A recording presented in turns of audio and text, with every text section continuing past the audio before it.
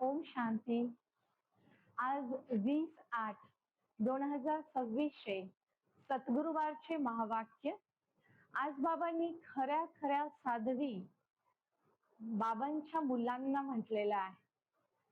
कारण त्या साध्वी, त्या नन्स क्राइस्टलाही आणि गॉड फादरलाही आठवण करतात, परंतु तुम्ही मात्र एक शिवबाबाच आठवण करता. म्हणून खऱ्या नन्स. बाबांनी आज कार्य श्रेष्ठ करण्याची युक्ती सांगितलेली आहे.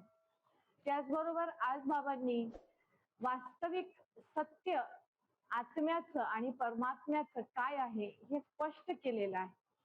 बाबांनी आज सांगितलं, अशुद्ध कर्मामध्ये लिप्त होऊ नका. हे पाहिजे, हे पाहिजे, हवंय, या पाहिजे पाहिजे या हदच्या इच्छा रॉयल भिकारी बनवतात. याबाबत बाबांनी आज सांगितलेलं आहे. चला तर मग आजचे महावाक्य ऐकूया. गोड मुलांनो, बाबा आले आहेत तुम्हाला पापाच्या दुनियेतून काढून चैन सुख ज्या दुनियेत आहे अशा दुनियेत घेऊन जाण्यासाठी. बाबाद्वारे तुम्हाला सुख शांतीची भेटवस्तू मिळते. आज प्रश्न आहे, पूर्ण दुनियेमध्ये खऱ्या खऱ्या साध्वी तुम्ही आहात. खऱ्या नन्स कोणाला म्हटले आहे? उत्तर, खऱ्या नन्स त्या आहेत ज्यांच्या बुद्धीमध्ये एकाचीच आठवण असेल, अर्थात नन बट वन, एकाचीच आठवण. या दुनियेतील नन्स स्वतःला भलेही नन्स म्हणून घेतात, परंतु त्यांच्या बुद्धीमध्ये फक्त एका क्राइस्टची आठवण नसते. क्राइस्टच्या आठवण पण करतात आणि गॉड फादर लाईट यांनाही आठवण करतात. परंतु तुमच्या बुद्धीत मात्र एक शिवबाबाच आहे, म्हणून तुम्ही खऱ्या खऱ्या नन्स आहात, साध्वी आहात. तुम्हाला बाबांचा आदेश आहे, पवित्र राहायचे आहे. आजचं गीत आहे याच्या संदर्भामध्ये, या पापाच्या दुनियेतून कुठेतरी दूर घेऊन चला. बाबा म्हणतात, आत्म्याला परमात्मा म्हणणे हे चूक आहे. कारण परमात्मा कुठली डिग्री नाहीये की त्याला बनायचे किंवा बनवायचे. आत्मा पुण्यात्मा बनू शकते, पापात्मा बनू शकते, देवात्मा बनू शकते, पण आत्माला परमात्मा म्हणणं चूक आहे. ब्रह्माला देखील देवता म्हटले जाऊ शकते, पण ब्रह्मालाही देवता म्हणता येत नाही. कारण विष्णू आणि शंकर यांना देवता म्हटलेले, ब्रह्माला देखील देवता म्हटले जाऊ शकत नाही. कारण ब्रह्मा साधारण व्यक्ती होते. शिव परमात्म्याने त्यांच्यामध्ये प्रवेश केल्यानंतर त्यांना प्रजापिता ब्रह्मा असं नाव पडलं. म्हणूनच भक्तीमध्ये पण बघा, ब्रह्मदेवाची पूजा अनेक ठिकाणी नाहीच, एकाच ठिकाणी पुष्कर अजमेर या ठिकाणी आहे. कारण ब्रह्माला बाबा म्हणतात देवता म्हणता येणार नाही. आता या गोष्टी बाबा म्हणतात मनुष्य मनुष्याला समजावून सांगू शकत नाही. म्हणूनच शिवबाबांना यावं लागलं हे रहस्य समजावून सांगण्यासाठी. कारण ब्रह्माला बाबा म्हणतात की साधारणतनात मी येतो आणि मग त्यांचं नावाभिधान दिलं जातं प्रजापिता ब्रह्मा. म्हणून बाबा म्हणले मनुष्य तर अंधश्रद्धेमध्ये आहे. काही गोष्टी ते समजत नसल्यामुळे अंधश्रद्धेने करत आहेत. अंधश्रद्धेने कित्येक वेळेस ते बोलूनही टाकतात. आता तुम्ही मुले ह्या गोष्टी समजता, समजले हे पाहिजे की मी आत्मा आहे, शरीर नाही. आत्मा शरीर धारण करते आणि आपली भूमिका वटविते. तर ही समजण्याची गोष्ट आहे. बाबांनी आज सरळ सरळ सांगितलेलं आहे. याचं विश्लेषण खूप सुंदर बाबांनी केलं की आत्मा 84 जन्म घेते आणि आत्माच शरीरामध्ये प्रवेश करते, मग शरीरामध्ये हालचाल चालू होते, क्रिया चालू होतात. ज्यांच्यामध्ये विकार नसतात त्यांना निर्विकारी असं म्हटलेलं आहे. 5 विकारांच्या अधीन होऊन लिप्त होऊन जे कार्य करतात त्यांना विकारी पतित असा शब्द वापरला जातो. हे तर समजतात ना की खरोखर भारतामध्ये जेव्हा देवी देवता यांचं राज्य होतं तर देवांमध्ये दैवी गुण होते. मनुष्य आत्म्यांमध्ये आज ते दैवी गुण नाहीत.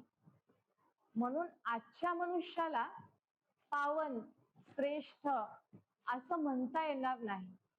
कारण 84 जन्म घेता घेता दैवी गुण कमी होत गेले आणि आसुरी अवगुण येत गेले. आता बाबा पुन्हा चक्र सांगतात की आत्म्यामधल्या पुन्हा दैवी गुणांना जागृत करायचं आहे आणि आसुरी गुणांना संपवायचं आहे. बाबाशिवाय कुणीही शांतीच्या दुनियेमध्ये घेऊन जाऊ शकत नाही. शांतीची दुनिया अर्थात शांतीधाम जे आत्म्याचं परमनंट शाश्वत घर आहे, जिथे आपण आत्मा शरीर विना आहोत. तिथे शरीर नाही म्हणून शांती, कर्म नाही, कर्म बंधन नाही, सुख दुःख नाही. मग बाबांनी आज पुढे सांगितलं की अशा दुनियेमध्ये म्हणजे शांतीधाम मध्ये बाबांच्या शिवाय कुणीही घेऊन जाऊ शकत नाही. बाबा म्हणतात जे ज्ञान घेणार नाहीत ते नवीन दुनियात येणारच नाही, आज स्पष्टच बाबांनी सांगितलं. अर्थात भक्तीद्वारे सतयुगामध्ये ऍडमिशन नाही. भक्तीचं फळ ज्ञान, ज्ञानाला धारण केल्यानंतर आचरण केल्यानंतर मग आपण सतयुगामध्ये जाण्याच्या योग्य लायक बनू शकतो. बाबा म्हणतात शेवटी शेवटी काही आत्मे येतील परंतु ते ज्ञान पूर्ण घेऊ शकणार नाही. सतयुगामध्ये संपूर्ण सुख आहे. त्याच्या कॉन्ट्रास्ट मध्ये आज बाबांनी सांगितलं कलियुगामध्ये अति दुःख आहे. वेगवेगळ्या प्रकारची दुःख कलियुगामध्ये मनुष्य भोगत आहे. लक्ष्मीनारायणाचं जेव्हा राज्य होतं, बाबा पूर्ण सृष्टीचं चक्र आपल्याला समजावून सांगतात. तिथे संपूर्ण सुख होतं का? कारण तिथे संपूर्ण निर्विकारी होते. 5 विकार नव्हते. द्वापर युगानंतर 5 विकारांची प्रवेशता होते आणि मग उतरती कला होते. बाबा म्हटले आता तुम्हाला समजले असेल की आपण जो पुरुषार्थ करत आहात 21 जन्माच्या सुखा करताय. 21 जन्माचे सुख मिळणार आहे. त्यामुळे इथे संगम युगावर संपूर्ण पुरुषार्थ करून आत्म्याला संपूर्ण बनवायचं आहे. आता पतित दुनियामध्ये आहोत आणि थोडे आत्म्यामध्ये विकार असल्यामुळे पतित आहोत. तुमच्या बुद्धीमध्ये आता तिन्ही काळाचं ज्ञान आहे. बाबा आठवण करून देतात, तुमच्या बुद्धीमध्ये आता तिन्ही काळाचं ज्ञान आहे. त्यामुळे आता त्रिकालदर्शी बनून कर्म करायचं आहे. आधी देहभानामध्ये येऊन चुका केल्या, त्या चुका आता आपल्याकडून व्हायला नको यावरती लक्ष द्यायचं आहे. सतयुगामध्ये भारत सुखी होता आणि आता भारत एकदम कंगाल दुःखी झालेला आहे. आता तुम्ही पुरुषार्थी आहात, आणखीन संपूर्ण अवस्थेला प्राप्त नाही झालेले. म्हणून बाबा म्हणतात आता तुम्ही पुरुषार्थी आहात आणि पुरुषार्थी यांची अवस्था वर खाली होत राहते. पण बाबा म्हणतात तुम्ही आता तीव्र पुरुषार्थी बना. बुद्धीमध्ये हे सत्य ज्ञान असलं पाहिजे की सतयुगामध्ये श्रेष्ठ पद हवं असेल तर आता आपल्याला संपूर्ण निर्विकारी बनावंच लागेल. कुठलेही उलटे कर्म आपल्याकडून नको व्हायला.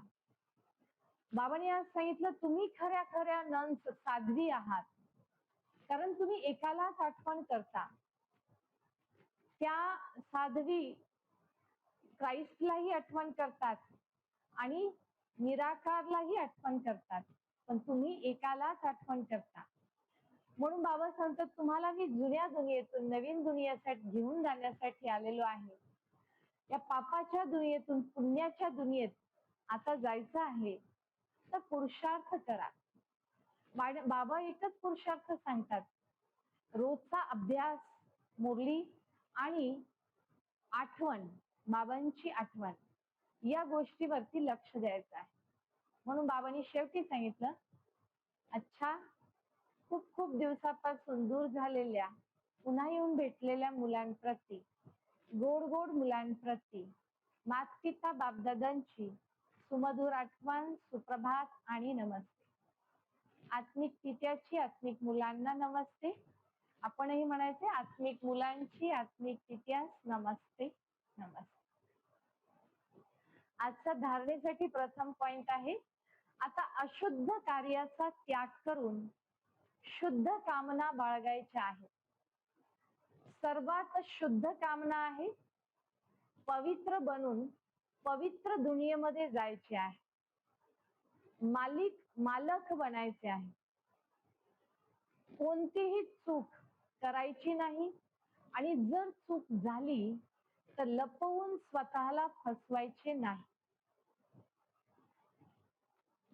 धर्मराज बाबासोबत नेहमी खरे राहायचे आहे, सत्य राहायचे आहे. दुसरा पॉइंट, ज्ञानचितेवर बसून या अभ्यासामध्ये रेस करून भविष्य नवीन दुनियेमध्ये उच्च पद प्राप्त करायचे आहे. योग अग्नीच्या द्वारे विकर्माच्या खात्यास भस्म करायचे आहे. आजचं वरदान, बुद्धीची प्रीत एक प्रियतमाशी जोडून सदैव सम्मुख असल्याची अनुभूती करणारे विजयी रत्न भव. किती सुंदर वरदान आहे. पुन्हा एकदा वरदान, बुद्धीची प्रीत एक प्रियतमाशी जोडून सदैव सम्मुख असल्याची अनुभूती करणारे विजयी रत्न भवा. विश्लेषण आहे, प्रीत बुद्धी अर्थात बुद्धीची लगन एक परमात्म्याशी प्रियतमा सोबत जोडलेली असावी. ज्यांचे एकावर प्रेम जडले आहे त्यांचे इतर कोण्या व्यक्तीशी अथवा वैभवावर प्रेम जडू शकत नाही. ते सदैव बापदादांना आपल्या सम्मुख असल्याचा अनुभव करतील. त्यांच्या मनसामध्ये देखील, मनात सुद्धा एक परमात्म्याची आठवण असेल. तुम्ही संग खाऊ, तुमच्या सोबतच खाईल, तुमच्या सगळ्यातच बसेल, तुमच्या सोबत सर्व संबंध निभवेल, अशी बुद्धी ज्यांची असेल ते विजयी मुलं असतील, विजयी बनतील. आजचा सुविचार बोधवाक्य आहे, पाहिजे पाहिजे, इच्छा इच्छा, असा संकल्प येणे सुद्धा रॉयल रूपाचे मागणे आहे. दिखावा करून मागणे आहे. इच्छा, पाहिजे पाहिजे. आजचा अव्यक्त इशारा आहे, अपवित्रतेच्या बीजास समाप्त करून शुद्ध पवित्र बनण्यासाठी आजचा पॉइंट आहे. संगम युगावर बापदादांनी सर्व मुलांना पहिले व्रत दिले आहे, ते म्हणजे संपूर्ण पवित्र भव. हे पवित्रतेचे व्रत केवळ पवित्रतेचेच व्हायब्रेशन पसरवते, परंतु ब्रह्माप्रमाणे प्रत्येक शब्दामध्ये पवित्रतेचे महत्व असायला हवे. प्रत्येक कर्मामध्ये कर्मयोगी जीवनाचा अनुभव व्हायला हवा. त्यालाच म्हणता येईल ब्रह्मचारी, म्हणजे ब्रह्मासारखं आचरण.